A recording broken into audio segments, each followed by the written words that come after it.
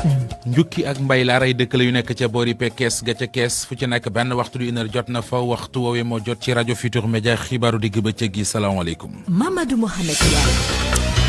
gone yi ñu ne ñoo taaloon kërug sous-préfet bu Maka Koulibantang tey jii la ñuy taxaw tribunal fa ñu toll des na ci dikk ak yéen ci xibaaru digg bëccëg gi ñàkkum ndox mi ne jasar ci dëkk bi ay diiwaan yoo xam ne dañ daan seetlu ne ñoom duñ ko mës di dund jamono ji ñoo ngi koy dund fu ci mel ne ca Point E askan wa ne musuñu ko gis yëf yaa ngi bëgg a jéggi dayo des na ànd ci xibaaru digg bëccëg gi ak reportage boobu Anna Rocha Lita Lopez Faye def na ko ca tigal boobee jafe-jafe suuf si ne cobbay ci réew mi rawatina ca Tiwaawoon Pël Kunun ak ca ñaagis ga ca Ziguinchor ak Daaru Salaam extension collectif doy na ne daañu amal ay manifester te it di sàkku ci ñëpp ñu booloo mobiliser wu doon benn ngir ñi nga xam ne teg nañu leen loxo ca diwaanu ñaagis ci weer yi ñu génn ndax manifester yu ñu doon def ñu daal di koy dakkal wàllu njàng mi ñi séq njàngale meeg njàng mi li ñu bëgg moo di ci ubbiteg école gi ñu defee ko ni ñu ko daan waxee mu di ubbi tey jàng tey doon lool dana mën a am buñ ca noppee des na am xibaar yi bii ci réew Alaaji Georges Déthié Diop la ñu ci àndal mi ngi nii toog suma wet Georges Naam Diop.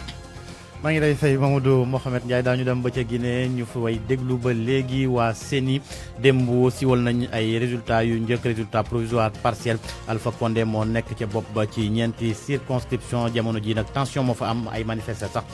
am na foofu ca Conakry ca Côte d'Ivoire moom campagne électorale lañ ca nemmeeku jamono ji moo di violence ay cong yor ay jaasi ci ay dëkk yu bëri ca Burundi moom président ba woon Pierre Buyoya dañ ko daan kaso giru dundam ndax faat gi ñu faatoon ci atum 1993 président ba woon Melchior Ndadaye. ginnaaw bi ci réew tàggat yaram Cheikh Ahmed Tidiane Diagne moo koy faram-fàcce luñ ci mën a jàpp Diagne. wàllu football danañu ko waxtaanee ak Casa Sport bu Ziguinchor bi nga xamante ne bokk na ci club yi yëngu ci wàllu Ligue 1 bi seen bébét nag moo di fexe ba jël ko waaye jamono gi dañoo tàmbalee am ay jafe-jafe ndax dooruñu li nga xamante ni daal moo di seen préparation ndax stade Aline Sitoé Diatta bu Ziguinchor dañ ko tey ba bokk léegi wàllu Ligue des champions tamit danañ ko daal di waxtaanee taxaw càmbar taxawaayu góolu Sénégal yi nga xam te ñoo ci yëngu ku ci mel ni Edouard Mendy ci Chelsea ak Alfred Gomis ci Rennes jàngat rek Sidat Sarr ànd seeg Soda Thiam waaye tamit danañu wax ci match yi nga xam te ni leen xaar tey yi ci ngoon choc yi nag diggante Ajax Amsterdam lay daal doon ak Liverpool beneen ba diggante Bayern Munich ak Atlético Madrid. ginnaaw bi ci réew ak tàggat yaram dinaa leen jukki las lëf yëglekaay yi xëy di génn bés bu nekk ci xibaaru digg bëccëg gi buñ ca noppee tàggoo tëj xibaar yi dégtal leen yeneen i xibaar mu di xibaar yi ñeel gàmmu ko ren gi juróom-ñeenti fan des suñu digg ak bés boobee ñuy màggale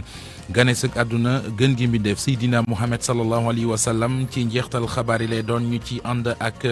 soxna Nafissatou Silla Abdoulaye Diop moo nekk ci machine bi.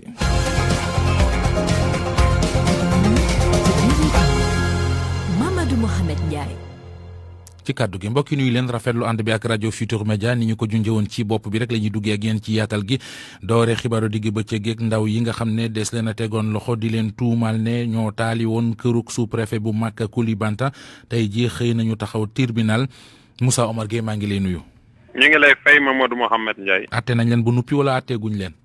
jërëjëf procès bi tàmbaleegul li mat a leeral mooy xale yi taaluñu woon kër sous-préfet bu Maka Koulibantang dañu doon amal ay yëngu-yëngu ci wàllum aada ak cosaan ci jamono jooju nag bi ñu ñëwee nangu seen sonorisation tere leen mbir moome loolu nag ci la ñu am ab mer bu dikk ci ñoom ñu dem daal di song kër sous-préfet bañ fa sànnee xeer lenn li fa yàqu benn lampe la bu nekkoon ci biti gannaaw loolu amul leneen lu yàqu foofu jotuñu taal kër sous-préfet bi mais li am ba des mooy juróomi waxambaane yu ñu tuumal ñoom ci jamono ji ñu ngi ci bërëbu àttekaay tribunal grande instance bu Tambacounda ñi ngi xaar laata ñuy tàmbali seen procès boobule waaye nag ki nga xam ni moom mooy Mbacké Thiam di sous-préfet bi ak adjoint am kenn ci ñoom teewul ndax seen teewaay nekkul lu obligatoire waaye leneen lu ñu nemmeeku mooy ci ñi nga xam ne ñooy seede yi témoins yi amul ci kenn koo xam ni itam teew na tey ji fi nga xam ni moom mooy ci tribunal bi xanaa kay di xool ñi nga xam ni ñoom ñoo jiite muy procureur bi fi nekk di Modou Sokhna Thiam ak ki nga xam ni moom mooy président tribunal bi nga xam ne moo jiite tey muy Boubou Ndiaye ak ñi nga xam ne ñoo fi ne yan pexe la ñuy jël ba àtte ñi nga xam ne ñoom ñooy juróomi waxambaane yi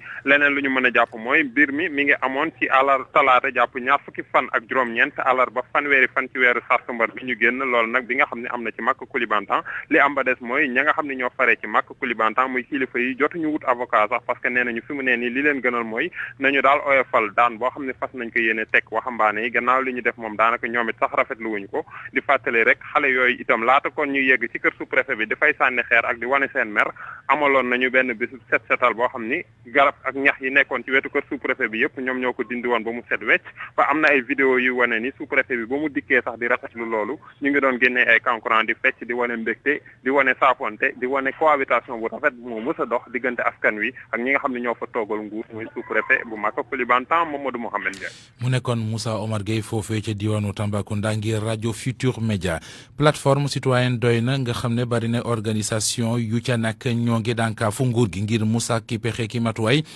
jëm ci jafe-jafe yi suuf suñu nemmeeku ci réew mi ba muy jur fit nag dënn yu jóg Guy Marius Sagna ak ñamu ci àndal di sàkku it ñu teggi loxo juróom-benni doomi aadama yi nga xam ne ñoo nga fekk baax Tiwaawoon Pël te ñu tegoon leen loxo ndax seeni kër yu ñu daj woon yu ñu daaneeloon foofee ñu ko doon jébaane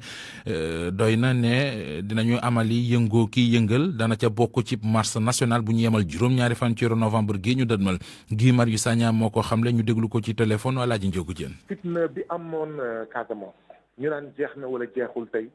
bokk na ci li ko waral coowal suuf mais dafa mel ni suñu kilifa yi dañoo fàtte loolu moo tax dafa mel ni ñu ngi foo ak ferñeent bi nga xam ne moom la ñuy woowee aaki moo suufu jàmbur ca Medina Wandifa ca Daaru Salaam extension ca Tivaouane Peulh ca Niaguis ca Vélingara ca Kër Moussa ak feneen ci Sénégal ñuy wax nag président de la République son excellence monsieur Macky Sall que bu bëggee jàmm am ci réew mi foog mu saafara ci nu mu gën a gaawee coowal suuf si nañ ko bàyyi ak askan wi nañ ko bàyyi ak sàmmkat yeeg béykat yeeg ak ñi nga xam ne ñoom ñoo sa dëkk léegi nag ñun waa doy na ñu ngi sàkku ci président de la république juróom benn membre waa Tivaouane Peulh yi nga xam ne jàpp nañ leen depuis àjjuma te ñu tëj leen kaso camp pénal depuis démb ñu war leen atte suba nañ leen féexal nañu féexal itam ñeenti membre collectif u Niaguis yi nga xam ne depuis ñetti weer ñu ngi tëdd ca kaso bu Ziguinchor ndax coowal suuf ba am ca Niaguis ñi ñu war a tëj ca kaso ba mooy ñi nga xam ne ñooy caxat-caxatee suufu jàmbur ñooy kii moo këru jàmbur ñooy toj këru jàmbur ñun nag dinañ amal manifestation mardi ci Tivaouane Peulh 7 novembre dinañ amal manifestation ci Dakar fan yii di ñëw ñu ngi waajal benn manifestation bu war a am fële ca Ziguinchor ngir waxal ñëpp ñi nga xam ne ci Sénégal ñu ngi aakimoo seen suuf ñu ngi aakimoo seen kër ñu ngi toj seen i kër. Guy Marius Sagna doon wax ci turu collectif doy na ñaari téeméer ak ñeent fukk ak benn candidat yi bëggoon a jàll ci concours sous-officier gendarmerie te ñu mujjoon leen a tëye maanaam recalé leen tey jii li ñu bëggoon moo di doxee Ndakaaru ba Fatick ngir ñaawloon ni ñu leen beddee ci yëf yi nañ leen ci génnee waaye seen doxum ñaxtu boobee kon des leen koo aaye ñu ne nag naam bi rëcc na waaye danañu amal yeneen yëngoo ki yëngal ngir ñu dégg leen ndax naqaru xol wi ñu dund ak ñëgg-ñëgg xol gi ñu amee ki yore kàddu collectif gi leen ëmb ñoom yooyu les candidats Mandoumbe Kébé lay wuyoo am nay kàddu leeral yooyu baaxee na ko Alaaji Njogu Jën ci yëf yi. tey jii lañ bëggoon a def marche bi Dakar Fatick waaye démb dañoo jot information ci autorité administrative bi en l'occurrence le gouverneur mu ni ñu marche bi duñ ko interdit léegi nag ñun ay citoyen lan dañuy wàccoo ak yoon loolu moo waral pour le moment ñun tamit dañuy nangu décision boobu noonu en attendant ñu dugal beneen autorisation pour def marche bi ñun de notification bi ñu jot waxuñu benn motif bi nga xamante ni bii nii moo tax ñu tere marche bi moom daal amul benn motif bu ñu joxe lu dul ni interdit ni marche bi loolu rek la ñu jox tey lañ gën a dogu parce que 241 yi nga xam ni ñoom lañ recalé ñoom ñëpp tey jii ñu ngi Dakar ñu ngi nii Colobane fi nga xamante ni bii ni fëstan bëggoon a defee point de départ bi loolu nag du tee dinañ continuer suñu combat marché bii nii ñun dañ cee déterminé pour def ko waaye nag comme que autorité bi pour le moment dafa nii dañ ko interdire dinañ dugalaat beneen autorisation de demande de marche te cette fois ci nii autorité bi mu nangul ñu ko wala mu bañ ñu koo nangul ñun dañuy def suñu marche de Dakar à Fatick bu fekkee ne autorité yi nag ñun ñu ngi leen di woo ci njëkk ak teraanga nangul ñoo wuyu di ñu interdire une première fois di déposé waat cette fois ci ñi ngi xaar bu ñu ko nangulee dinañ dem bu ñu ko nangul dinañ dem. ñàkkum ndox moom nemmeeku nañu ko ci dëkk bi seetlu ne it yëf yi yamul rek ci gox yi nga xamante ne ji ña fa dëkk seen loxo jotul seen ginnaaw ne bari nay dëkkuwaay yoo xamante ne ji ñoom ñàkkum ndox dégg rek lañu ci daan am ñoo ngi dund ci ñàkkum ndox mi fu ca mel ne quartier bii di Point E ñu bari ci ñoom xamle nañu daal daanaka am ndox bala ñu koy gis 11h ci guddi te robinet day toq la muy génne ne la ko yàlla nëbbu donte it fu nekk joytu nañu ko fa yëgloo ñu nekk waaye ba fi mu nekk nii amuñu benn kàdduy leeral boo xam ne jot nañu ko jëm ci li waral ñàkkum ndox mi war a bàyyeekoo ci Sen'Eau reportage Anna Rocha Lita Lopez Faye. koy dem ak sa bidon yi. sama dem rooti. ñu ngi fii rue A bokk ci mbedd yu gën a xumb ci Point E ndax oto yi di dem ak dikk Babacar di ab ndaw fële liggéeyee nekk chauffeur mu ngi yore ñetti bidon ci loxo yi. yàgg na de ndox bi day ñëw tey arrêté xam nga soo mu amat wala nga toog des fois journée bi yëpp du am ndox. fu ko soriwul dara ci ab restaurant bu ndaw ñu fekk fa kii di ñima mu ngi raxas ay jën ci bool bu ndaw di moytu nag ndax ndox bi bañ a tuuru. sër nii dañoo demoon rooti nii pour ñëw mun a préparer pour mun a togg soo ba tey ñu ngi ne amuñu ndox xam nga tey préparé woon sax togg plat yi mais comme que ndox amul léegi dañoo mujj obligé changer plat yi ñuy togg sax mu loolu tamit mooy loolu. atum 1965 ba léegi monsieur Ndiaye mu ngi dëkk ci goxu Point E boobule waaye fàttalikuwul fu ñu mës a dundee situation bi ni mel. mi ngi gën a di metti nag parce que fi mu ne nii ndox bi dem na de. ban heure lay ñëwaat. 3 heures du matin jëm 6 heures. kon da ngeen di veiller pour am de l'eau. mais on est obligé d'attendre il faut que ñu xaar parce que mënoo nekk di jënd ndox ba saa yu su ne ñun ay banlieusards la ñu de Dakar ah. ni mu meree noonee la njiital délégué de quartier bile di monsieur Ndiaye itam jaaxle. chaque jour boo teelul yeewu maanaam 5 heures du matin fajar doo am. suñu wooyee waa Sen'Eau laaj leen lan moo xew ban heure la ndox bi di ñëw mais dañ la naan xaar leen dans une heure ndox bi dina ñëw mais 23 heures la ndox bi di ñëw lu musul am Point. numéro vert bi nga xamante ne moom la waa Sen'Eau taxawal mel na ni amul benn njëriñ ci ñoom ndax boobu ak léegi ñu ngi ciy woote waaye kenn mënul fexe ba wax leen lu leer. jafe-jafe ñàkkum ndox yooyu lenn ci quartier di ko dund ci Ndakaaru des na ko lijjanti ba mu yembaat gën ko yàgg tey jii ci ngoon kàddu yi leeral la yu bàyyeekoo ci Ibra Fall wàcc moom mooy directeur territorial bu société bi ci diwaanu zone Dakar 1 mu xam le it ne li ko waral daal bokk na ci jafe-jafe yi technique yooyu amee nañu ko ci système ba ñuy denc ndox moomu di réservoir bu mag bi war a jox quartier yu ci mel ne Point E ak Fann am ndox ñu teewlu kàddu yi leeral Ibra Fall wàcc. li am boori Point E bokkul ak li nga xamante ni amoon na avant màggal te mu nekkoon ay travaux yi nga xam ne dañ ko programme woon doon ko def ci suñu usine c'est que depuis semaine bii ñu génne depuis semaine bi réservoir bu mag bi nga xam ne ni mooy alimenté Point E di alimenté waale Fann Mamel ak Mermoz système remplissage pour réservoir boobu dañ fi amoon quelques soucis en début de semaine loolu nag bu amee niveau réservoir bi du mu yéeg te bu yéegul quartier yooyu dañ koy xaw a yëg te bokk na ci Point E ñi ko gën a yëg waaye ci biir loolu aussi daf ci am leneen li nga xam ne aussi yokku na ci moo di que ñun ñëpp sentir nañ fan yi tàngaay bi nga xamante ni am na te loolu bu amee aussi dafay bokk ci li nga xam ni dafay yokk demande bi bu yokkee demande bi du coup donc zone yooyu aussi day gën a accentuer ñàkk ndox mi mais li ñu mun a wax ci problème bu Point E bi de façon en tout cas particulière moo di que identifier nañ ko fi donc dafa réglage ñu war a def yëpp def nañ ko actuellement moment bi may wax ak yéen suñu équipe yi ñu ngi sur le terrain pour def manœuvre yi nga xam ne mooy permettre ndox mi gën a gaaw a ñëwaat te am nañ yaakaar ne fii ak après midi bi dina delluwaat ci situation bu normal. ngeen di déglu xibaaru digg bëccëg gi ci rajo Futur Média 13h13. pour man RFM mooy rajo bi gaaw ci xibaar yu wóor. RFM xibaar yu wóor te wóor. doxalin wi di ubbi tey jàng tey jëm ci wàllu njàng meek njàngale mi ñi nga xam ne ñu yëngu ci secteur boobee ñoo ngi ciy joxe seen xalaat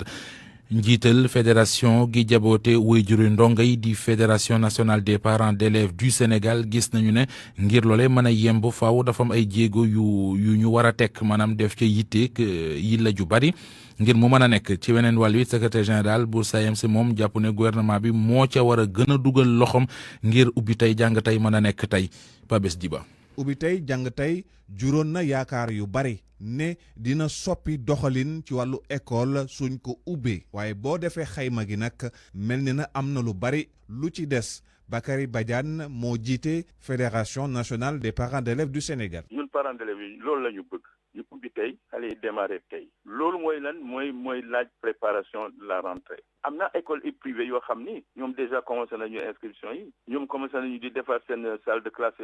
et tout ça mais pour loolu mu mën a am il faut que que classe yi soit prête que matériel yi ñëw à temps ñu ngi amoon yaakaar ci maire yi mais maire yi moo yëpp boo leen waxee ñu wax la affaire bu je sais pas moi la kenn xamul on sait même plus mooy loo tax lu tubaab yi ne c'est un vœu pieux. Saourou Sène njiitu SAEMS moom dafa gis ne mbir mi dépendrul rek ci jàngalekat yi mu ne nguur gi ak collectivité territoriale yi lii seen cër ak seen wàll war nañ ko doxal bu baax. ubbi tey jàng tey def di slogan mobilisateur boo xam ne ñëpp dañuy jàpp ni bu école ubbee rek dañu war a jàng te loolu ñun dañ ci d'accord déjà wante nag reprise ren moom dafa am lu particulier lu ci nekk li ci nekk nag mooy dafa du dépendre rek ci jàngalekat yi kese wala ci élèves yi nguur gi ak collectivité locale yi dañ ci am wàllu bu rëy. ñaar ñi ñu waxal nag ne ren ak mbas mi fi jaar war na tax ñu mobiliser effort bu ñu mën a am rek su ko defee ibbu tey jàng tey mën a nekk réalité. dégg nañu démb gouvernement bu Sénégal ci turu ministère bi ñu dénk enseignement supérieur ñuy xamle ne ren ji ñi soog am li jaasa baccalauréat ñëpp danañu leen orienté ci université publique yi bu fekkee sàkku nañu ko. ki ne woon jamono recteur bu université Cheikh Anta Diop bu Ndakaaru di professeur Abdou Salam Sall di rafetlu dogal boobee kilifa yi jël ak ni ñu ci bëgg a taxe waaye gis na it ne dafa war a am lu koy gunge ngir mu mën a nekk ci yenn fànn mi ngi koy leeral Alaaji Njóogu Jeen. xale yëpp dañ leen war a dugal ci daara yu kawe yi waaye nag soo waxee loolu ba pare rek da ngay wax nag ngay defee ba daara yu kawe yi am jeexital bi mooy xale yi fu nga leen di dugal ñu mën a réussir xale yi suñ réussir ba pare ñu mën a liggéey léegi sax yokk nañ ci xale yi suñ jàngee ba pare mën a ubbi koom bi loolu nag soo ko waxee dafay laaj ay jumtukaay yu bëri mooy ndax am na xale yi fu ñuy dëkk ndax am na fu xale yi nuy jàngee est-ce que am na ay filières yu bees yoo xam ne parce que gis nañ ne ñi nga xam ne dañ am bac scientifique ñooñu sax bëriwuñ ñooñu jël leen amul jafe-jafe bien que ñooñu tamit war nañ leen accueillir bu baax wan leen université bi nu muy doxee fexe ba ñoom ku ci xale bu ci nekk daal ñu fexe suñu kéem kattan ndax mu réussir bachelier littéraire yi tamit war nañ mën a fexe ba créer ay filières yoo xam ne dañ leen di joxaat ay doole yu bees yoo xam ne daan mën dugg ci marché bi facilement te daan mën réussir première affaire bu ñu war def mooy dañ war am consensus ci daara yu kawe yi mooy ñun ñëpp ñu ànd ci juboo ci daara yu kawe yi naka lañ koy doxale daara yu kawe yi mënuñ jël xaalis bi yëpp rek daal di koy def ci ay dimbalanteeg yooyu déedéet dañ koy def loo xam ne moom moo tax daara bi kawe bi jóg mooy ay filières yu bees ay classes yu bees ay enseignants yu bees pour que tàggat xale bi ba nga xam ne suba du laajte lan may jox waaye man lan laa mën a indi lan lay indi. waxtaane wàllu wér gu yaram ak tolluwaayu coronavirus gi ci réew mi tey ji xayma bi ñuy am jëlee ko ci waa ministère de la santé mi ngi tënku ci junni ak fukki test yoo xam ne def nañu ko ñaar fukki cas coronavirus ak juróom la ñu ci am te yooyu na mu tëddee mooy am na juróom-ñaari cas contact am juróomi cas importé ak fukki cas communautaire ak ñett am na it kooku ñàkk na bakkanam ci coronavirus bi ci 24 heures yii ñu génn ñi nga xam ne ñoom la wopp si sonal ba ñu nekk Sowétas ñu ngi toll ci juróomi nit loolee ñi ko xamle ñoo di waa ministère de la santé ak action sociale des ba léegi ci wàllu mbas mi ci Sénégal ak ni mu ne xës ci mbiri cas importé yi fële ci aéroport Blaise Diagne ñu jëli matuwaay ngir yëf yi doon loo xamante ne ji dina tax cas importé yi dellu gannaaw bokk na ci test ñuy obligé ña fa war a wàcc lu ni mel docteur Babacar Niang gis ne it nañu ci gën a góorgóorlu def ci rigueur bu mat sëkk ci contrôle bi ndax am na nit yoo xamante ne ji des leen di baaxe yenn privilèges yi ba nga xamante ne bu ñëwee aéroport duñ wane këyit tey duñu leen test li mu jur mooy bu ñu génnee foofee dem seenu njaboot ab diir la ñuy def rek gis ne dañoo ëndaale corona bi loole nag mu ne des cee war a waggal jël ci matuwaay moom docteur Babacar Niang médecin urgentiste spécialiste ci wàllu santé aéronautique ñu déglu kook Awa Mbaye loi boobu changé wul moo tax ñu ne Sénégal dañuy tàngal ceeb bi léegi nag li am ci aéroport yi mooy problème état bi ci boppam moo ko wax dans cette disposition là il parle même de faux ay faux yuy dugg Sénégal mais est-ce que amul ay faux yuy génn Sénégal est-ce que suñu cosaanu weexal ak joxe guru bàyyi nañ ko est-ce que nga am say relation aussi nga jaar fii nga warul jaar kooku tam war nañ ko bàyyi parce que ñu ngi ci situation bu doy waar boo xam ne ñu jàllaloon fekk jaaruñu yoon ñoo nekk seen biir kër ñu tiit est-ce que man bi may jàll positif uma est-ce que ci ma jógee andiwuma feebar bi sama biir famille mais pratique yooyu daal ak def yooyu jaarul yoon yooyu moo bëgg a yàq dëkk bi nag toll na foo xam ne gars yi neen commencé nañu xam seen droit ñu ngi koy jéeme appliqué mais li ci gën a bon c'est que kii am droit privilège boobu sax moom mooy yàqal boppam te am nañ ci benn cas positif boo xam ne dafa jàlloon ba dugg ci famille am ñu koy soog a testé gis nga dafa positif xam nga kooku lu day waar lay andi nguur gi du kenn ku dul ñun samay moroom médecin ñoo nekk foofu infirmier ñoo war a xool nit ki ne ko yow waruloo dem lu mu mën a def nga dëgër personnalité jóge fële bëgg ci dugg nga xam fi nga war a yem xaalis bi tamit nga amul benn njariñ ci boo xam ne intérêt mondial moo nekk en jeu donc nañu bàyyi gouvernement bi li mu mën a dool mooy jël ay décision ñi koy appliquer nag ñoo war a xoolaat seen bopp. RFM rajo askan wi. kuréel gi di GAIPES groupement des armateurs industriels de la pêche au Sénégal ñi ngi wéy ba léegi di sàkku ci ñu siiwal listu bateau yi nga xam ne des leen a jox ay licence de pêche fii ci réew mi bëgg nañu it ñu amal ay waxtaan yoo xamante ne ji dañu koy seq jëwrin gi ñu dénk wàllu napp gi ngir bu fekkee am nag réero bàyyi ñaaxo yu am ci diggante bi ñu daal di koy lijjanti loolee ki ko xamle moo di Fatou Niang Ndiaye mooy vice président bu GAIPES tey ji moo ne woon gànnu RFM matin. bis bu nekk dañuy gis ay bateau yu ñuy immatriculé Sénégal ñu ñëw yor sol am drapeau Sénégal te jusqu'à un passé récent bateau yi ay bateau chinois la pour ne pas les nommer fii lañ doon débarqué doon jógee ay Guinée-Bissau te bateau yooyu fi mu nekk nii bu la neexee nga dugg ci internet rek tapé Fuyang yu boo gisee seen historique muy Angola muy Libéria muy Guinée muy Ghana fu ne jaar nañ fa te fu ñu jaar toj nañ ko loolu boo ko gisee ci sa réew nga nekk acteur nekk ci biir loolu yéen waa RFM mënoon leen koo xam ña nekk ca tool yi mënuñu koo xam ñun ñu nekk ci port bi ñoo ko mën a xam moo tax ñu alerte bi mu jógee suñu nattangoo pêche artisanale yi ñoom ñëpp CONIPAS ñi ci gën a mag CONIPAS ànd na ñoom ñun. dégg lu leen tere toog waxtaan au lieu ngeen di nekk di werante chaque jour suba ak ngoon xiiroo ngaayoo lu leen tere toog waxtaan ngir jàmm seen diggante. waaw ministère nag ñoom ñooy tutelle ñoom ñoo ñu mën a woo xam nga ñun bu ñu bindee ministre bi sax duñu tontu ñun bu ñu bindee ministre bi duñu tontu. ba pare depuis crise bi mu amee li ci gën a naqari mooy ay yunduruk genre xoqatal da ngay déposer say kayit ñu lay dawloo ak bu ñuy def ay réunion yu am solo pour kii bi bañ laa convoqué loolu defe naa ni boo dee nday ji seex war ñoo uuf ñun ñëpp muy sunu ministre de la pêche ñu koy ñaanal nag plein succès de fii ku fi liggéey dañ lay ñaanal plein succès ndaxte bu ministère bi demee ñun ñëpp ñun ñooy dem Sénégal ay avancé du GAIPES rek parce que bëgg nañu ànd lool bëgg nañ jàmm lool waaye jàmm da nga koy teg ci dëgg. RFM bitim réew. dellu dalalaat ci Georges Diop maa ngi lay nuyuwaat bu baax Georges. maa ngi lay fay Mohamed Ndiaye. nañu ko door rek réewum Guinée ak résultat yi nga xamante ne ji kon ma ngay wadd ndànk ñeel wote présidentiel lañ fa doon def keroog dimanche. démb la seeni fësal résultat provisoire partiel yu njëkk ci premier tour boobee résultat yooyu nag résultat wu ñeenti circonscription la ci fanweer ak juróom-ñett ya nekk ca réew ma mu di Matoto Matam Kaloum ca région bu Conakry ak Bofa ca région bu Boké ci circonscription yooyu président sortant bi di Alpha Condé moo ne ca bopp ga jamono ji nga xamante ne ka mu doon gën a fës ca ña mu doon jonganteel di Cellou Dalein Diallo nee woon na moo gagné élection boobee naka la mbir ma tëddee jamono ji gannaaw proclamation yu njëkk yu seni dañuy dem ca Conakry fekki fa ndaw la ñu fa toogal Barthélémy Ngom Bart maa ngi lay nuyu. maa ngi lay fay Georges Diop. jamono ji lan moo xew ca Conakry gannaaw bi CENI bi publier résultat provisoire partiel yu njëkk yi. ku yeboo Georges ne situation bi doy na waar fii ci Guinée ndaxte am na ay manifestation yoo xamante ne ñu ngi ko doon amal démb ci guddi ca Sankoña am na sax ñu ne am na gën gaa néew ñetti nit yu fa ñàkk seen bakkan. démb ca Guinée forestière tamit am na ñu fa faatu amit ñu nga xamante ne jëlee nañ ci ay gaañu ci xayma daal diggante démb ak tey lu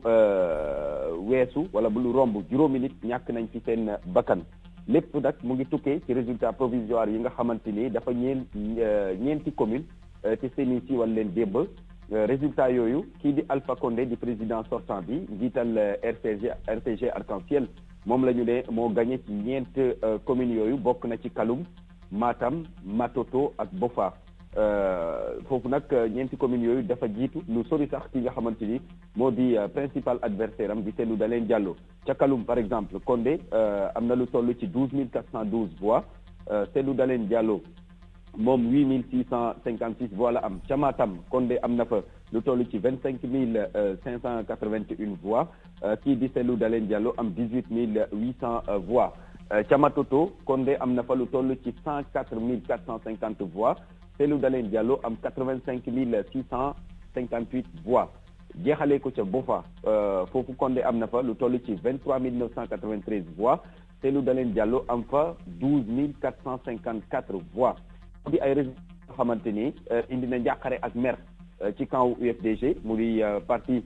coalition bu Cellou Dalein Diallo bi foofu nag ñoom ñëpp a mer amul kenn koo xamante ne mën nga wax ak moom ngir rek mu commenter résultats yi ñoom ñëpp a ne dañuy bàyyi kàddu gi seen njiit Cellou Dalein Diallo ndaxte nee nañu sax fii ak waxtu yu néew ay simili yu néew dana amal ab ndajeek taskatu xibaar yi ngir addu ci résultats yooyu waaye li ñu mën a jàpp mooy démb moom ci page Facebook am dafa ñaawlu li nga xamante ne moom la alkaati yi def ñëw toogaanu ko ci xet maanaam dañoo wër këram gi kenn mënul dugg kenn mënul génn mu ne ci la comprendre ne am na lu ñuy waajal bi mu yeewoo tey gis résultats yi ci la ne daal il faut que mu dajeek taskati xibaar yi donc ci kanam tuuti da la ñuy xaarandi ba xam la muy wax ci conférence de presse boobu ndax dana nangu tendance yu njëkk yi nga xamante ni ñooy dessiné waawam déet lu ci kanam raw li gët waaye li leer mooy rajo locale yi nga xamante ni ñoo nekk fii ci Guinée ñu ngi ñaawlu manifesté yi am tax ay bakkan rot ci ñoom nag ñoom ñëpp daanaka dañuy diffuser ay message di woote jàmm di woo askanu Guinée ngir rek ñu ànd ak dal ndax dañ jàpp ne Guinée warul sombre ci kaw am na it ay Guinéens yoo nga xamante ne ñu ngi sàkku ci communauté internationale déjà ngir mu intervenir laata béy di wéy mbuus CENI bi li nga xamante ni mooy organe bi war a publier résultats yi moom dana wéyal liggéeyam bu ñu sukkandikoo ci kàddu ki yor kàddu porte parole bi nga xamante ni waxtaan nañoo ak moom sànq dana wéyal liggéeyam joxe résultats yi yeneen circonscription yi fii ak waxtu yi di ñëw su fekkee ne bouclé na leen donc loolu la porte parole CENI bi xamle gannaaw ba ñu jokkoo ak moom sànq voilà situation baa ngi noonu. Georges Déthié Diop loolu lañ mën a jàpp fii ci Conakry. jërëjëf Barthélémy Ngom foofu ca capitalu Guinée di Conakry. ñu dem ci leneen mu di campagne boo xamante ne ji campagne électorale la ca Côte d'Ivoire waaye gis nañu ne tension ak fitna moom maanaam moom la làmbool. ay cong yor ay jaasi ñoom lañ nemeeku ci yenn ville ya ñu ngi doore nag ca cité universitaire ya ak itam ca université Houphouët-Boigny laata ñoo dem ba ca Yopougon Dabou Bonois ak ay dëkk yu bëri ca biir foofu ca Côte d'Ivoire ñu ne nag xamuñ ñay def lu ni mel tegaguñ leen gët ak itam xamuñ lan moo leen tax a jóg ci élection présidentielle ba léegi sax mën nañoo jàpp ab mbir mi nga xamante ne dal na ci kaw Guillaume Soro ndax Kanigui Soro bokk ci ñi jege woon lool Guillaume Soro moom jamono ji Alassane Ouattara lay jàppale mu ngi woote ngir ñu wooteel ko mu ngi woon ci ab conférence de presse démb noonee sax la ko xamle Soro Kanigui bokkoon ci jegeñaale Guillaume Soro yi nga xamante ne dañ leen tegoon loxo bi Guillaume Soro bëggee dellu sa ca dëkk ba ca weerug décembre ñu mujjee leen bàyyi ñaar fukki fan ak ñett ci weerug septembre gi ñu weesu. Pierre Buyoya moom mi ne woon ni jamono président bu Burundi tëj nañu ko. nekkoon njiitu réew moom Pierre Buyoya jamono ji mu nekk haut représentant bu Union africaine ak bu Union africaine ca Mali ak ca Sahel teg nañ ko daan kaso giiru dundam donte sax fekkewul layoo boobee Cour suprême moo jël dogal gu ni mel jàpp ne nag liñ koy toppee loolu moo ko def bokk na ci attentat contre le chef de l'État contre itam kilifteefu nguur ga ak attentat tendant à porter le massacre et la dévastation loolu moom xam naa dañ la koy bàyyi nga faram fàcce ko bu ko jaree fukki nit ak juróom ñett jege woon ko itam teg nañ ko daan gu ni mel ñett ñoom la ñu teg daanu ñaar fukki atu kaso ndax complicité kenn rek lañ ca bàyyi mu di premier ministre ba woon di Antoine Nduwayo moom daal dañ ko bàyyi assassinat bu njiitu réew ma woon Ndadaye ci atum 1993 la woon loolee sax lu mu juróon moo di guerre civile ca Burundi 300 000 nit ñàkkoon nañ ci seen i bakkan. ma nga noonu Alaaji Georges Déthié Diop li nga may traduire loo ba ma waxee ñaata la rek mën naa cee suubu ne liggéey di maye laa bàyyi jërëjëf. RFM Sport.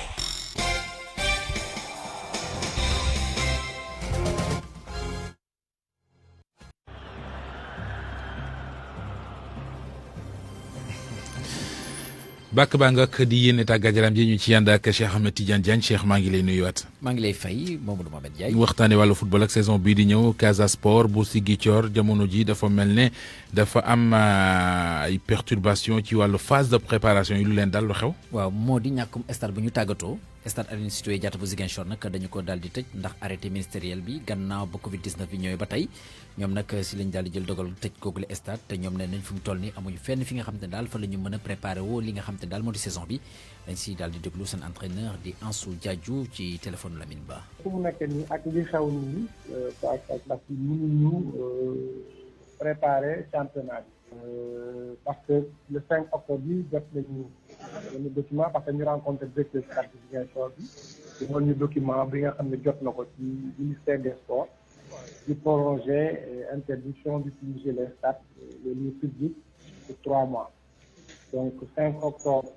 pour 3 mois c'est jusqu'au mois de décembre boo seetee alors que ñun championnat bi ñu ngi naan le 2 janvier lay commencé bu waree commencé le 2 kon ñun mënuñu ko préparer ci ñaari fan la ñu dem compétir parce que bu ñuy préparer tamit dañu entraîner ci terrain bi nga xam ne que dañuy compétir mais terrain bi tëj nañ ko pour 3 mois yokk nañu daal tëjum terrain ci ba 3 mois donc ñun bu dee ñu ngi def préparation ñu ngi rencontré ñu ngi réunion administration ak ñun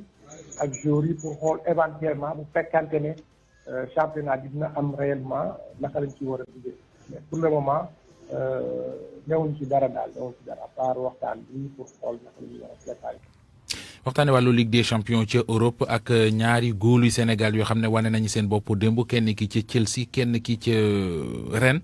man nag dama leen di jaawale ci xar kanam ak ci wutur ak lépp. moo tax Edouard Gomis ak Alfred Gomis. déjà ma nga noona. voilà Edouard Mendy plutôt ak Alfred Gomis. ma nga noona. voilà nuroo nañu tolloon nañu. te xam naa ne ñoo bokki maam. waaw ay ca lu ñu leen waxal. ñoom daal mbaax lañ leen waxal. ndax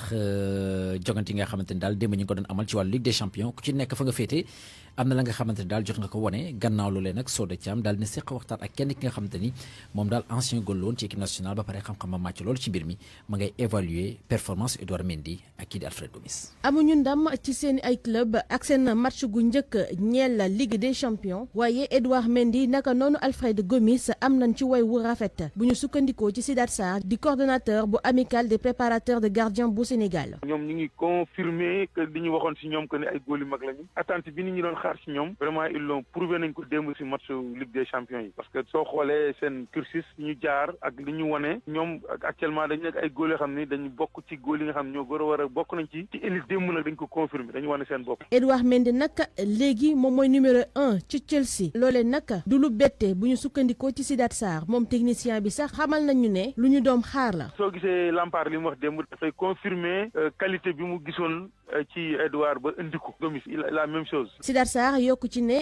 performance yi nga xamante ni ñaari gardien de but yi am nañ ko loolee lu baax la ngir sélection nationale bi. moom pour ñoom sax déjà ñun am nañ ay xale yoo xam ne ñu ngi ci yoon bi ñu ngi émerger pour ñëw nga ñu fekk ci ñoom ñu nekk ay mag moom ñoo jiitu ñooñu nekk ci élite bi encore di góolu am naa yaakaar ni ñun Sénégal war nañoo mën a tuuti rek commencé yandoor xam ni côté boobu moom xam nga ban secteur la ñu am problème mais de nekkatul problème mu gardien de but. moom Edouard Mendy ak ñetti match yi mu amal ak Chelsea ca geneen wet ga Alfred Gomis moom it amal matcham gu njëkk ak Rennes loolee tax na ba ñu bëri jàpp ne am nañu xel mu dal ci ñaari gardien yooyee ci yeneen jongante yi di ñëw. démb gannaaw ba match bi jeexee Frank Lampard la mu yëkkati ci ay kàddu leer na moo di kii di Edouard Mendy moom la daal di jël mu doon kon boog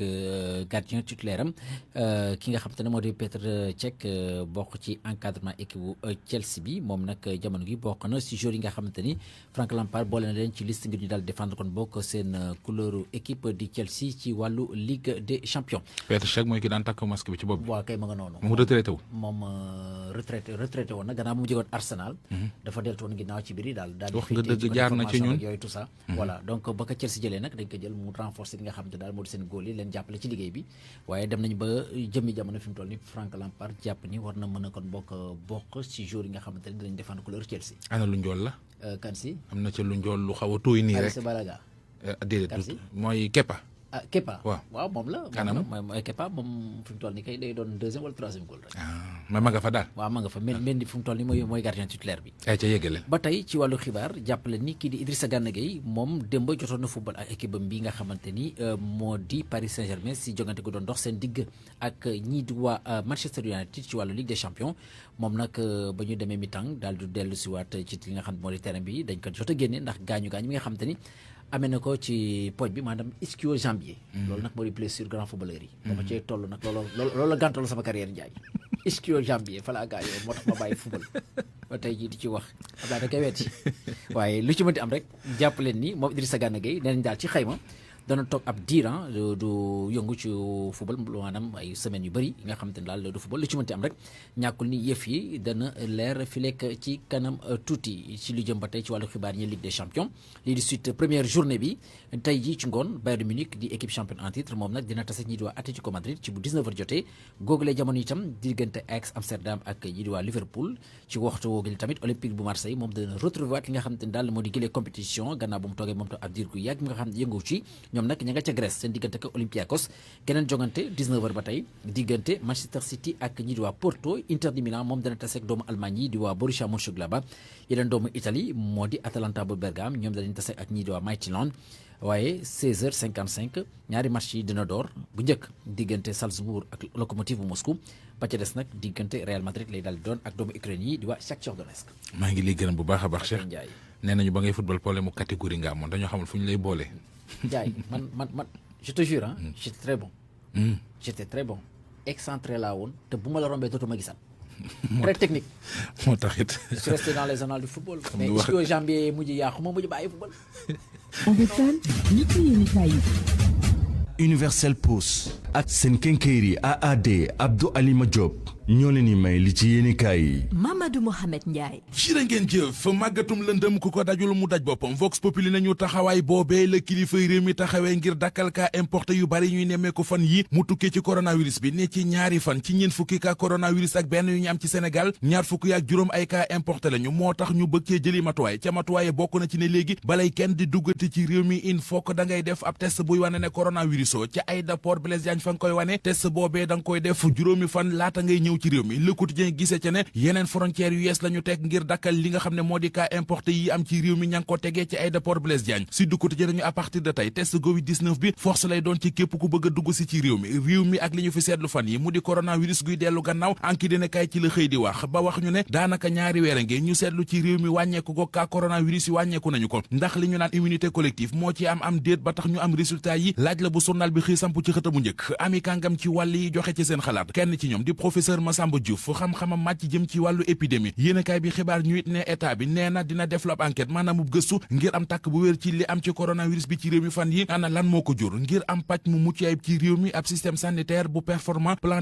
d'investissement bi nga xam ne teg nañ ko ci ak koppar yi ñu ci bëgg a dugal tollu ci juróomi téeméeri milliards ak juróom-benn fukk ak ñeent moom la Soleil national xëy di càmbar Serigne Mbaye Thiam moom la l'Observateur xëy di càmbar ubbil yéenekaay bi mooy secrétaire national gi gàlloo mbiri élection ci biir parti socialiste guddi yi ñu toll mu amee ndombal tànku ministre eau ak assainissement yéenekaay bi di l'Observateur nañu nit la ko ngir mu dugg ci mbir ami ci unanimité bariwul Le Quotidien nañu jàppal Serigne Mbaye Thiam téyel Aminata Mbengue Ndiaye bu ñu moytul dinañu ko dégg ndax kii di Serigne Mbaye Thiam mësuta nëbbu yéeneem ngir doon secrétaire général bu parti socialiste bi Ousmane Tanor Dieng faatoo ak léegi mi ngi dëkkee nas ay pexe di wut doole ak ñu ko dooleer ngir mu jiite parti Léopold Sédar Senghor bi te guddi yi ñu toll nag parti boobee Aminata Mbengue Ndiaye moo ko jiite parti bi mi ngi ci ay loxam donte intérim la la Sénégal nañu parti socialiste mi ngi ciy ñool fantasiro gu rëy ak tibbantey tànk moo fa am ci diggante ñi nga xam ne ñoo ànd ak Serigne Mbaye Thiam ak ñi àndul ak moom La Tribune nañu doonal Ousmane Tanor Dieng li ñuy lijjanti ci socialiste yi nañ ci bàyyi xel Khalifa Ababacar Sall ndax moom Khalifa Sall am na ñu jàpp ne war naa mën a jiite parti socialiste am na it ñu jàpp ne war naa mën a doon candidat ci élection présidentielle yi ñuy séntu 2024 Macky 2012 di àndandooy Macky Sall démb yi Sud Quotidien nee nañu Macky Sall mi ngi leen di gestu mi ngi bëgg a fay naar bi xoromam ne gis nañu mu jël Sampol Dias bokk ci Macky 2012 teg ca wetam jël Adji Mbergane Kanouté teg ca wetam ñu weta ñaamu ba ci journal Source A lu aju ci pàkk mu di terrain yi député majorité bi ñaani woon président Macky Sall yéenekaay bi nee nañu am nay wax ju ci waroo te mi ngi bàyyeeko ci seen biir ñoom waa Benno Bokk Yaakaar Adji Mbergane Kanouté nee na terrain yooyee terrain 150 mètres carrés la te it ñi ngi ko amee ci coopérative d'habitat bu assemblée nationale kenn mayu leen ko dañu koy fay ba mu mat sëkk Mame Bounama Sall mel ne ku naan ko waxal te yàlla tax ñun amuñu lu ñu jëndee ay terrain lii di personnelu assemblée nationale ñoo ko sàkku ji woon ci président de la république ngir mu may leen terrain yi ñu teere ji ci xët mu njëkku la yéenekaay fekki fa ministre microfinance économie solidaire ak sociale di Zahra Iyane Thiam lu aju ci waxtaan yi mu séq gaa yi bari na yu ñu ca waxtaane bokk na ci financement jigéen ñi élection locale yi ñu dëtmal dogal ba mu jëloon cëpp ministère am ci jamonoy màggal gi ak coow la mu juróon mbirum député Alioune Doumbérou Sow ponk bu ca nekk soxna Zahra Iyane Thiam waxtaane na ko ak laas la làkke gi police bu Sénégal lalli keroog ci réew mi di ay góor jigéen yi doon takkante ci Sénégal libération xëye na ko ba wax ñu yu doy waar yu ñu wax ci enquête ba feeñal mbiru yéeme yu ca nekk léegi ko feelu ko leeralal ñu ne mariage góor jigéen yooyee amewul ca Mermoz ga ñuy wax mi ngi doon amee ca Sacré-Cœur 3 extension ginnaaw résidence Les Mamoun journal bi nañu ñoom góor jigéen yooyu toll ci 26 ñoom ñëpp tey ji la ñu xam fan la ñu jëm ak yoon ba mu des kenn ki ñu ne moo jiite woon yëf yi ne moom ba léegi kenn gisu ko. Universel